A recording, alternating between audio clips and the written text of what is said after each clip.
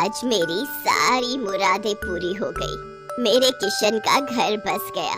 और देखो शाम की लीला कि मेरे किशन के लिए उन्होंने राधा को ही मेरे घर भेज दिया। तुम दोनों की जोड़ी तो ऊपर वाले ने ही बनाई है। सदा खुश रहो। ये कहानी है किशन और राधा की। किशन अपनी माँ उर्मिला का इकलौता बेटा था। बचपन में ही किशन के सिर से उसके पिता का साया उठ गया था। उर्मिला पढ़ी लिखी नहीं थी तो उसने मेहनत मजदूरी करके किशन को पाला। लेकिन वक्त के साथ जब उर्मिला बूढ़ी और कमजोर होती गई तो मजबूर होकर किशन को भी पढ़ाई छोड़कर मजदूरी के काम में लगना पड़ा। और अब उसकी शादी हो गई थी और राधा भी उर्मिला के परिवार का हिस्सा बन गई थी। लो माँ, अब तो खुश हो। जब देखो कहती रहती थी एक बहू ला दे, एक बहू ला दे। लो आ गई आपकी बहू, अब खुश? हाँ हाँ बहुत खुश हूँ मैं। तू अपनी बता, तू खुश है? मैं? अरे माँ, इतनी सुंदर और पढ़ी लिखी पत्नी पाकर कौन खुश नहीं होगा।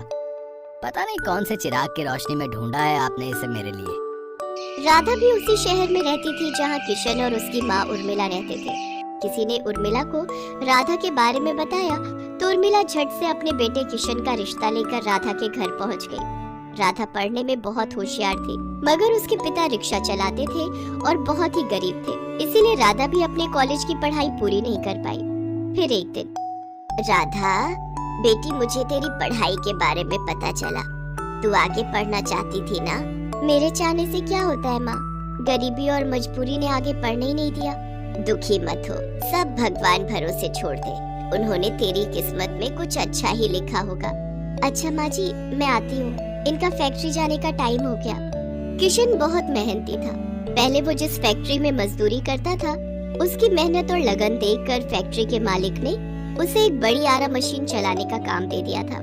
किशन दिल लगाकर अपना काम करता था। फैक्ट्री में भी सभी लोग उसे बहुत पसंद करते थे। सब ठीक ही चल रहा था पर उस दिन अचानक, अरे किशन, चलो चलो। क्या हुआ भैया?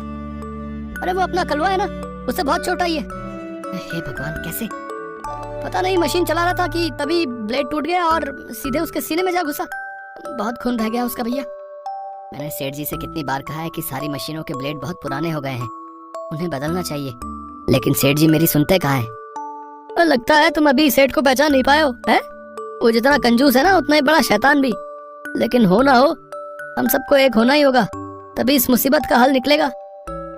मतलब? अरे तुम ही बताओ, अगर उस बेचारे कलवा को कुछ हो गया तो उसके परिवार को कौन देखेगा?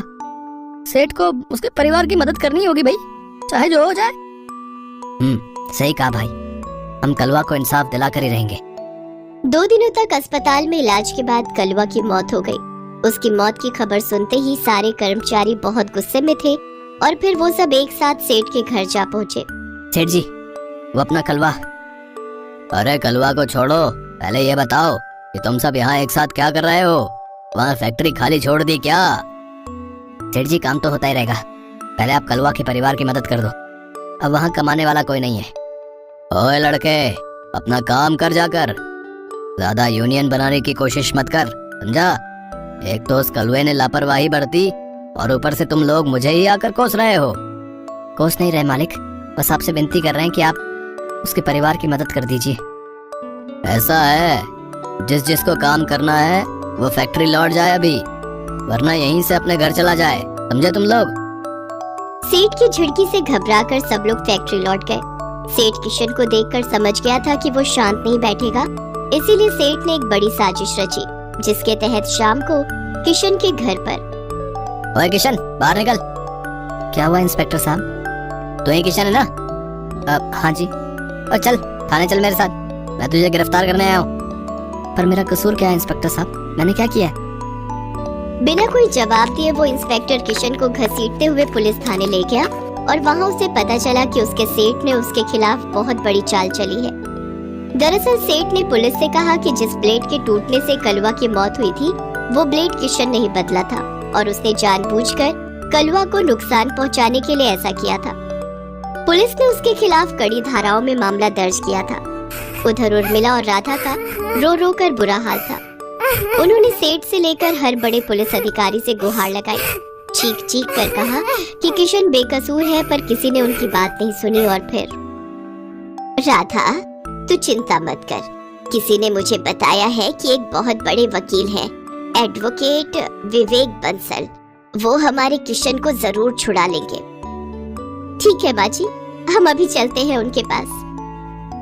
बड़ी उम्मीद से वो दोनों मशहूर एडवोकेट विवेक बंसल के पास पहुंची, लेकिन सास बहू की उम्मीदें उस वक्त टूट गई जब विवेक बंसल ने उनसे केस लड़ने के लिए 4 लाख रुपए मांगे। उर्मिला और राधा ने उसके पैरों पर गिरकर उससे मदद मांगी, लेकिन वो वकील जितना बड़ा था उतना ही घमंडी भी था। वो उन्हें ठुकरा कर वहाँ से चला गया। दोनों सास बहू रोते बिलखते अपने घर वापस आ गए। अगले दिन कोर्ट ने किशन को जेल भेज दिया। पूरा 1 महीना दोनों ने पूरी जी जान लगा दी, लेकिन किशन को बाहर नहीं निकलवा पाई और फिर अदालत ने किशन को पूरे 10 साल की सजा सुना दी। किशन की आंखों से आंसू बह निकले तो उधर राधा भी बुरी तरह से टूट गई। फिर उसी शाम, माँ जी, आपने कभी पूछा नहीं कि मैं कॉलेज में क्या पढ़ती थी? अब क्या करूंगी मैं जानकर? नहीं, आपको पता होना चाहिए, मैं वकालत की पढ़ाई कर रही थी और अब मैं फिर से पढ़ूंगी और एक काबिल वकील बनकर अपने पति को बेकसूर साबित करके दिखाऊंगी मैं। राधा की आंखों में गुस्सा था तो उर्मिला की आंखों में उम्मीद। राधा ने अपने कॉलेज में बात की और फिर वहीं से पढ़ना शुरू किया जहां से उसने छोड़ा था। फिर 1 साल बाद अदालत एडवोकेट राधा की दलीलों को सही पाती है। ये साबित होता है कि फरियादी पक्ष ने एक बेकसूर को फंसाने के लिए अदालत में झूठे गवाह और सबूत पेश किए। अदालत हुक्म देती है कि किशन को बाइज्जत बरी किया जाए और पुलिस को यह हुक्म देती है कि वो सेठ हीरालाल चंदानी के खिलाफ मामला दर्ज करे। माँ, राधा, कैसे हो आप दोनों? तू घर वापस आ गया, अब सब ठीक है बेटा। और तू देख रहा है किशन, मुझ अनपढ़ सास की इस वकील बहू ने आज कितना बड़ा कमाल कर दिखाया। भगवान मेरे बच्चों को हर बुरी नजर से बचाए।